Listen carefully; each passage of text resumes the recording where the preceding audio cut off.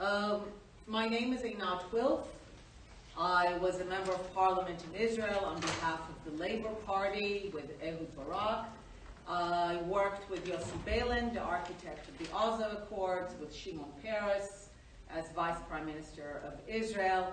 I call myself today a long-term peace activist, and one of the reasons that I have spent 15 years of my life by now writing, researching, speaking, advocating on issues relating to UNRWA is because I believe that anyone who seriously wants to seek peace and not just to talk about it should look deeply into the way that UNRWA has been an obstacle to that eventuality.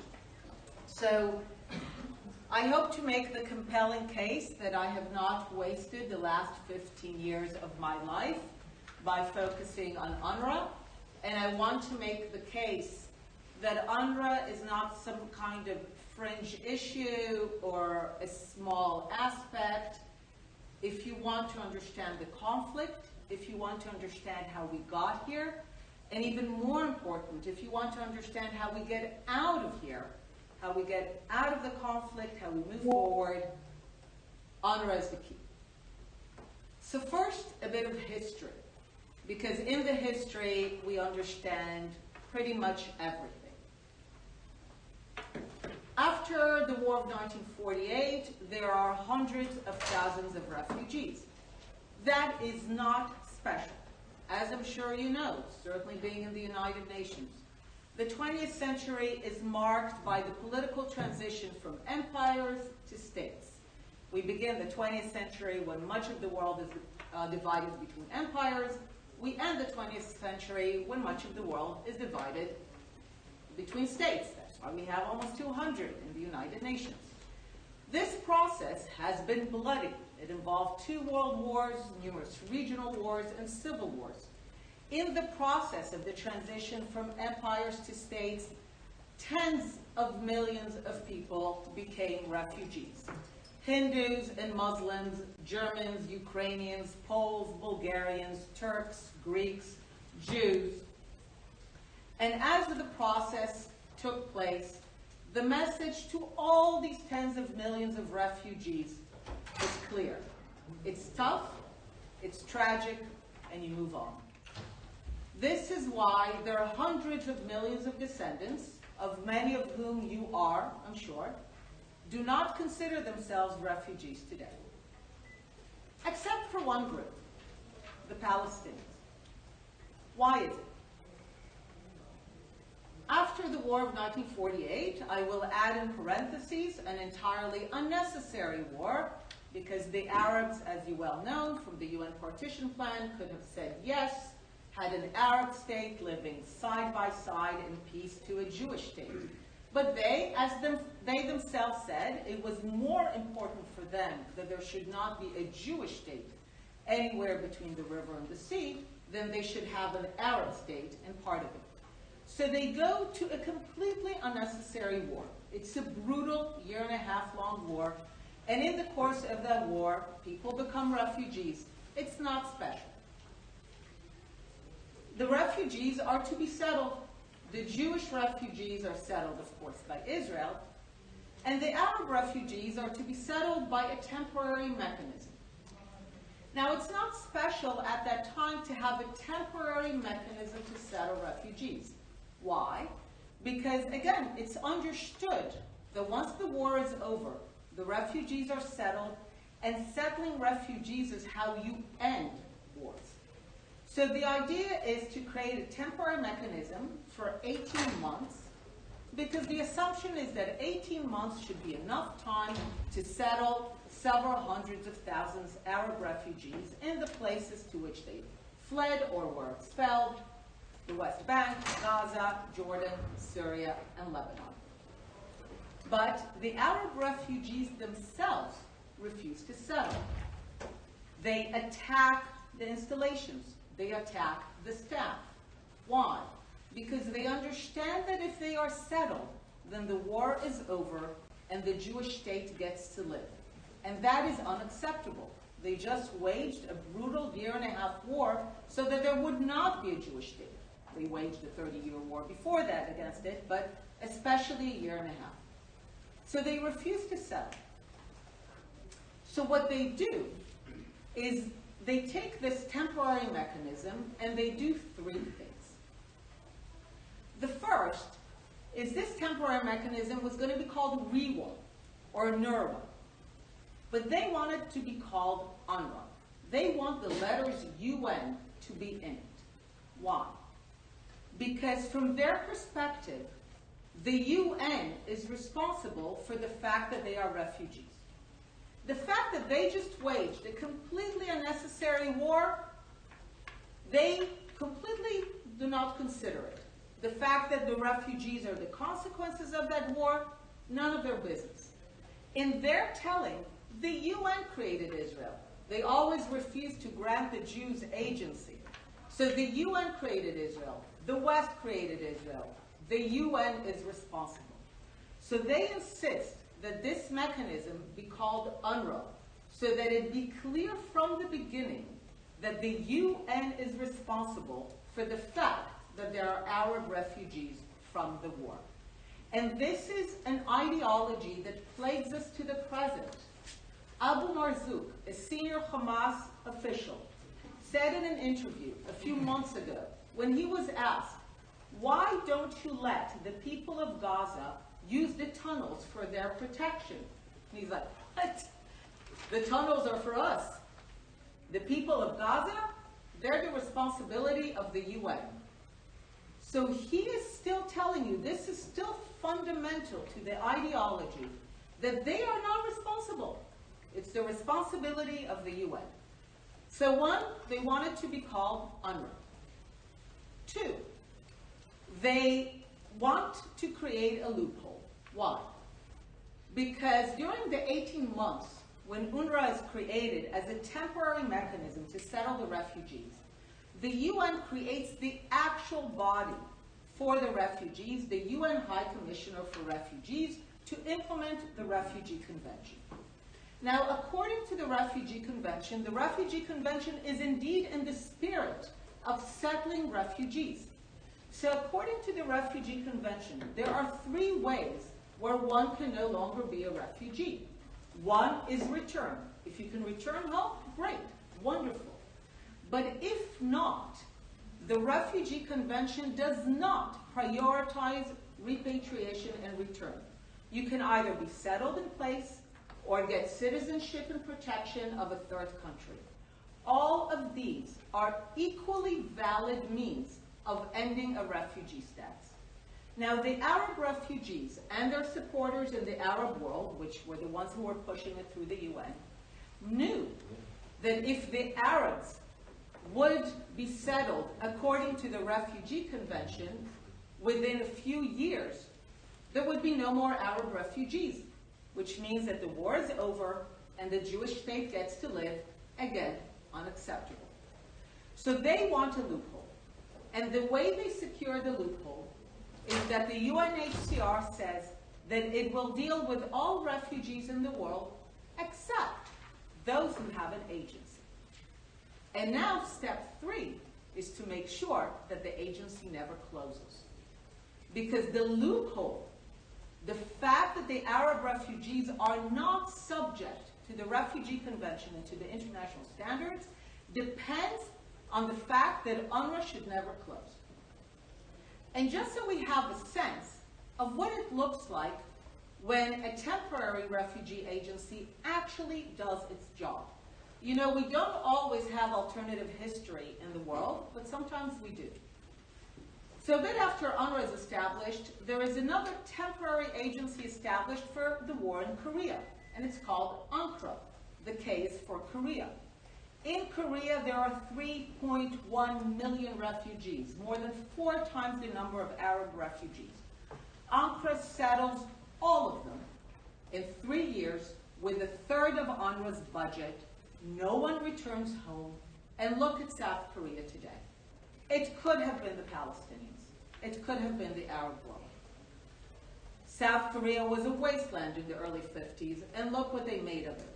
you don't have 20 million Korean refugee descendants sitting on the 38th parallel, seething with visions of revenge. They moved on, like all tens of millions of refugees from that time, and built a different future. But the Arab refugees would not, and because this is the Cold War and there's oil, the Arab countries are able to push the West to get their way. So UNRWA is called UNRWA, it gets a loophole, and it never closes. So now we're at the end of the 50s, and we have a situation. UNRWA is clearly a failed agency. Just so there's no questions, everyone knows already in the 50s that UNRWA is a failed agency because it's not settling a single Arab refugee. But also, the West and the UN have just been blackmailed by the Arab world to not close UNRWA. So UNRWA cannot settle a single refugee. It can't close. So what is it going to do? And it begins to do busy work. Initially, vocational training. The vocational training soon becomes the vast education network of UNRWA in the West Bank, Gaza, Lebanon, Syria, and Jordan. Now, in that education system, essentially a Palestinian nationalism is born. In the UNRWA schools, it brings together all the Arab refugees to create a Palestinian nationalism, which in itself is not a problem. A lot of nationalisms were born after World War II, except that the nationalism that is born in the UNRWA schools is one that is singularly focused on revenge and return. Under the letters UN and with Western funding, generation after generation is being brought up with that loophole to believe that they are still refugees. And I'll explain in a moment how ridiculous it is according to international standards. And their entire identity is based not on a positive, constructive vision of creating a Palestinian state, but on the destructive vision of destroying the Jewish state. And just in case people think that return is an innocent idea, when I called the book The War of Return, people thought it was a bit harsh. People think that return is some innocent idea, a nostalgia for a home of a great-grandmother long gone. If you read the Arab-Palestinian texts from the 50s and 60s, they're very clear about what return is. Return is October 7th. Return is described in the Palestinian texts as a brutal triumph over the Jewish state. We will tear their hearts out of their bodies, their fingernails. This is why you saw so much exhilaration and elation on October 7th. Because for 75 years, Palestinians in the UNRWA schools have been groomed for that moment of the brutal triumph over the Jewish state. That is their vision of return. That has been under the letters UN and with Western funding. And the connection between UNRWA and terrorism is an old one. When the Western countries caved to our pressure to keep UNRWA open, they thought, okay, this organization will do no good. They knew that this organization will do no good, but they thought at least it would do no harm. Thank you. But imagine that you go to school every day, and the letters UN are above your school, and you know that it's funded with Western money, so the nice kind of countries, and you hear in that school that there was once a mythical land of Palestine, and it was stolen from you, and it is occupied by evil foreigners who don't belong there. And one day, when you grow up, you have the duty, the noble duty, to liberate Palestine from the river to the sea. If you hear that every day, you will grow up, and the first person that puts a gun in your hand and tells you, we are going to the 1972 Munich Olympics, we are going to the quarters of the Israeli athletes, you are going to be elated. You are going to be thrilled. And this is why the perpetrators of the massacre of the Israeli athletes in the 1972 Munich Olympics are children of the UNRWA schools. It's graduates. This is why Hamas are the graduates of the UNRWA systems, the schools, the so-called refugee camps. It is an intimate connection. It actually doesn't matter if 5 or 10 or 15 or 0 UNRWA employees actually participated in the October 7th massacre.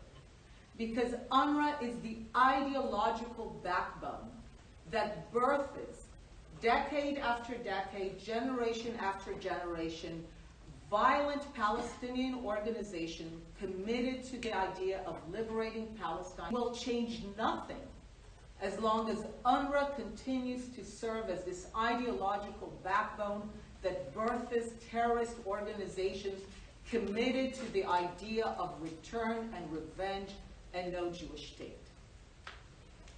So how do we get out of it? First of all, we need to understand the absurdity of the situation. Because UNRWA has this loophole, UNRWA doesn't operate by any international standards. It counts today 5.9 million refugees. Almost none of them by any international standard are refugees. 40% of them are citizens of Jordan. Tomorrow, Jordan will try to present to you as if UNRWA is necessary. I'll tell you why.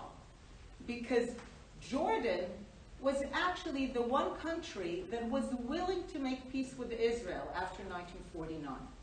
And precisely because Jordan was willing to make peace and it annexed the West Bank and naturalized the Arab refugees, gave them citizenship, and declared that Jordan is Palestine, Palestine is Jordan, King Abdullah was assassinated by a Palestinian extremist precisely for that.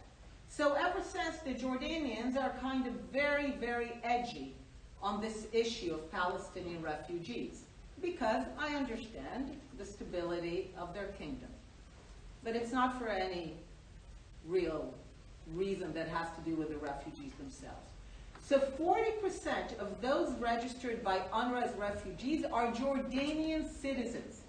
They have been born in Jordan, they have lived in Jordan, they have never been displaced by war, they are wealthy business people.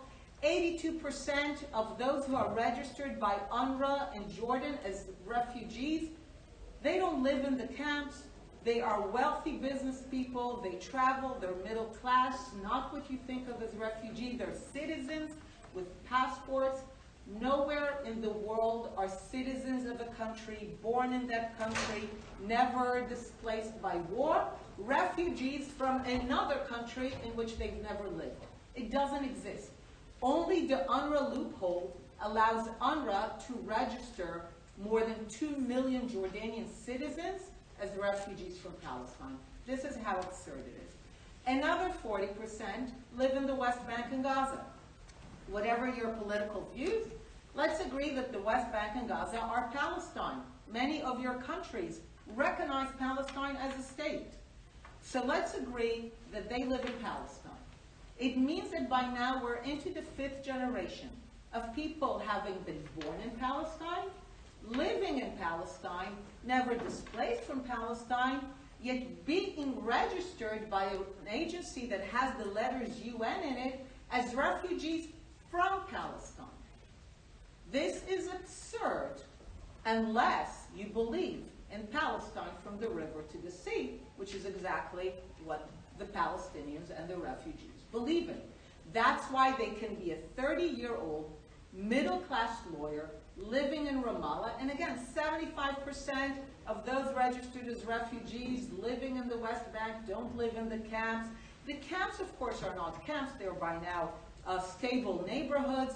But again, a 30-year-old lawyer living in Ramallah, born in Ramallah, never having left Ramallah, is registered by UNRWA as a refugee from Palestine.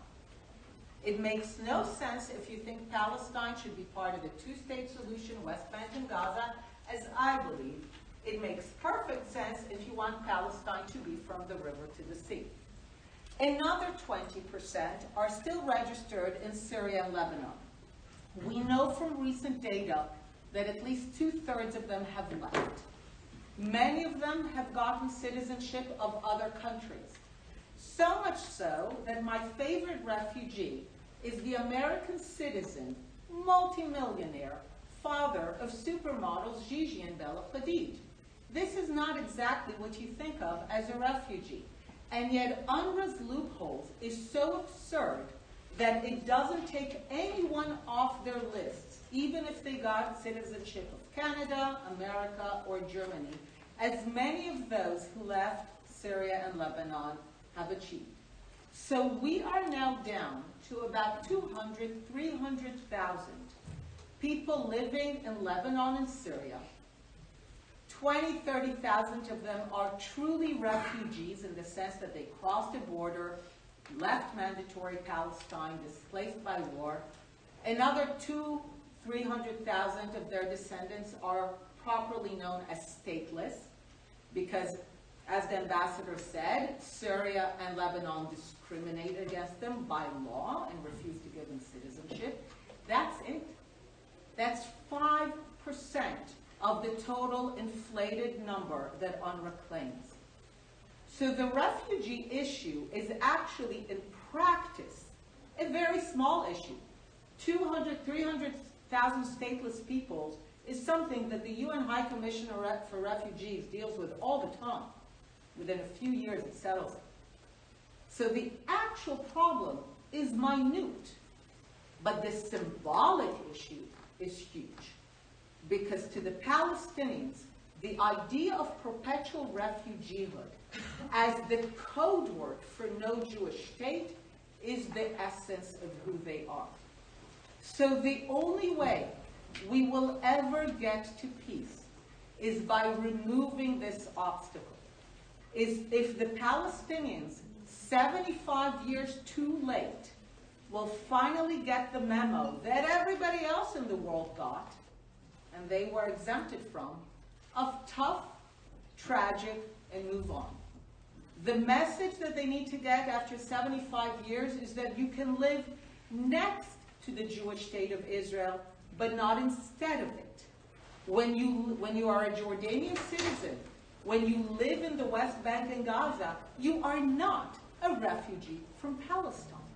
You are already where you should be and where your future is.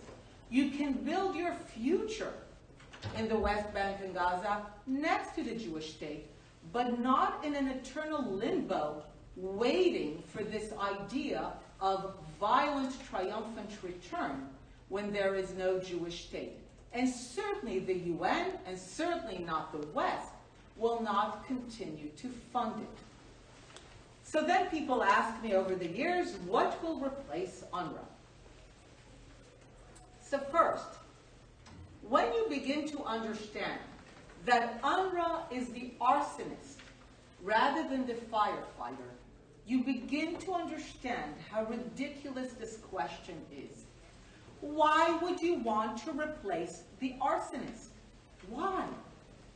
Why would you want to replace the body that creates the ideological infrastructure that ensures that peace is never possible, that two states is never possible, that Palestinians will never move forward to build their state because they continue to believe that they can achieve the destruction of the Jewish state?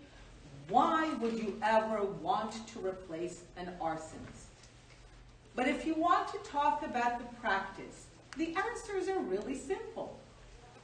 UNRWA, again, most of the services are not given anymore, but in Jordan, there is a country.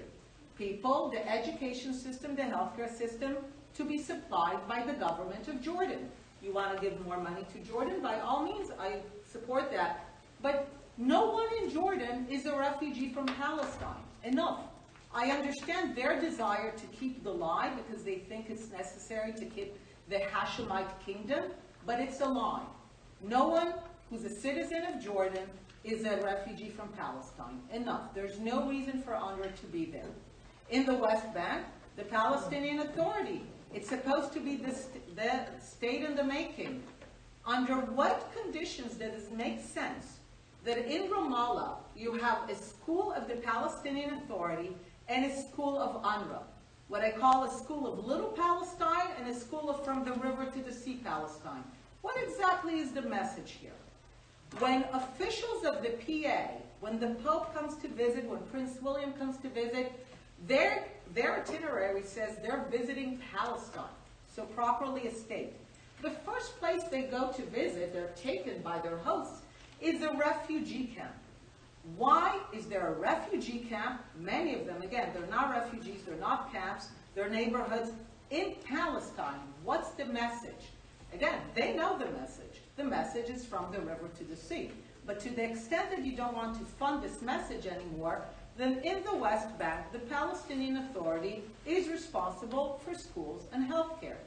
In Syria and Lebanon, as I said, most people don't live there anymore. The few that remain should be under the responsibility of the UN High Commissioner for Refugees, with a clear 5-year plan to settle all of them, the way it did in other places, and now Gaza. For many years, when I would go through all these places, I said the answers are simple, and they say, well, what about Gaza? What? You want Hamas to manage the schools? And I said, it would be better. And that made me sound like a crazy person. So now I'll tell you why we now, after October 7th, we really know it would have been better. So let's discuss a bit, what does it mean for UNRWA to be in Gaza? UNRWA, unlike what it's pretending right now, is not an aid organization. Again, UNRWA is the ideological backbone of the idea of the perpetual Palestinian refugeehood. All the services, the education, healthcare is what it does as it keeps the idea of perpetual refugeehood and no Jewish state alive. All the people in UNRWA are Palestinian. Remember that the Arabs wanted UNRWA to have the letters UN. The letters UN are so powerful that when people hear UNRWA in Gaza, they actually think it's a foreign aid organization. But all the people who are there are Gazans, born in Gaza. They are the teachers, they are the administrators. There is only to UNRWA, not even in Gaza, a thin layer of Italians and Swiss who are the people who ask you for money. But other than that, it's a purely Palestinian organization. So let's imagine what it means if there's no longer UNRWA, if you defund UNRWA. What does it mean in practice in Gaza? Nobody leaves, right? Those are Gazans. The teachers are Gazans. It's not like Swedes and Norwegians who go home. Nobody leaves. These are Gazan teachers. These are Gazan administrators. Everyone stays. The school stays. Everything stays. So now the only question is who pays their salaries? Because that's the only thing that remains.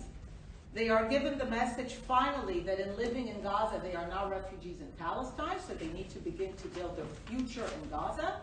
They are given the message that there is no return into the sovereign territory of Israel within its pre-67 lines. And someone needs to pay teacher salaries now. Now imagine for a moment, I know this is going to sound like a radical idea. Imagine that Hamas had to pay teacher salaries. Imagine that they actually had to use all the taxes that they collected from the tunnels with Egypt to pay teacher salaries. Imagine that they had to fight with teacher unions. Maybe they would have had less time to build 700 kilometers of tunnels. Maybe they would have had less time, as Abu Marzouk said, we're focusing on butchering Jews, you, the world, to take care of Palestinians. Maybe they would have actually had to focus on their people. You know, Hamas now has massive financial and economic assets that they have shielded from sanctions. Maybe they would have had to use some of that money to pay teacher salaries, to take care and to manage because they're the governing authority in Gaza. What UNRWA has allowed Hamas to do is to release them from any responsibility for their people. And essentially send the message, you Hamas, you focus on butchering Jews, we'll pay teacher salaries. So I want to introduce the absolutely radical idea that Palestinians are perfectly capable people. They're not some incapable charity basket case. If October 7th proved anything, is that Palestinians are a highly capable people. October 7th required massive investment in infrastructure, planning, financial and economic planning. It required vision, a perverse kind of vision, but vision. These are not an incapable people. They are just a people who for 75 years have been allowed to focus singularly on one priority of no Jewish state. It's a terrible fate for a people. And I'll end by saying, for the 15 years that I've been spoken about it, you can hear me, what I say sounds tough and harsh. But what I've come to tell many foreign policy people is that in this world, whether it's in foreign policy or governance or parenting for that matter, there is a difference between doing good and feeling good. A lot of people just want to feel good. A lot of people in foreign policy just want to feel good. They give money to UNRWA, they think it makes them feel good. But doing good requires doing things that often don't feel good, but they will actually do good. Supporting UNRWA, I can tell you that for years, I would go to European capitals, funders of UNRWA, and I would tell them, look, you're feeling very good about yourselves, you're funding UNRWA, but my people will pay for it in blood. And I told them that for years, because you keep funding the Palestinian vision of no Jewish state of return.